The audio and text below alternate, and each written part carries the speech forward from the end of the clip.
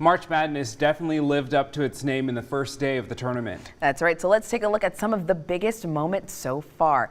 A historic upset as 15 seed St. Peter's knocked out number 2 Kentucky 85-79 in overtime. And get this, according to CBS, the loss is one of the top 5 upsets since the tournament expanded in 1985. So now St. Peter's will advance to the second round and will face Murray State tomorrow night. Number 11, Michigan beat number 6 Colorado State, which to some might seem like an upset, but actually Michigan was the favorite to win this game. Michigan turned up the defensive pressure to score a 75-63 win. Michigan will then face Tennessee also tomorrow night. And another 12-5 upset. The Richmond Spiders beat the Iowa Hawkeyes 67-63. So Richmond moves on to the second round and they will face Providence tomorrow at noon. So yeah, lots of upsets there. I hope everybody before filling out their bracket listened to our expert yesterday who actually called a lot of these and said that 12-5 matchup can often be really tricky for teams. And it wasn't the only 12-5 matchup with the upset. New Mexico State, one of the late games, beat UConn. So there were actually 2 12 seeds. So if you just pick the 12 seeds, you might just find a little bit of magic in the madness. I picked 2 out of 3 of them. So there you go.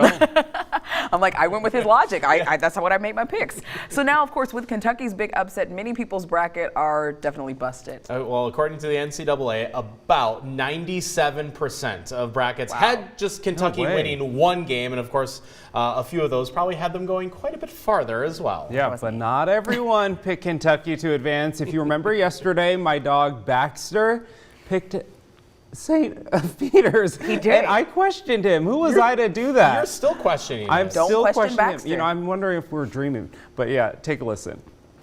Kentucky or St. Peter? Go!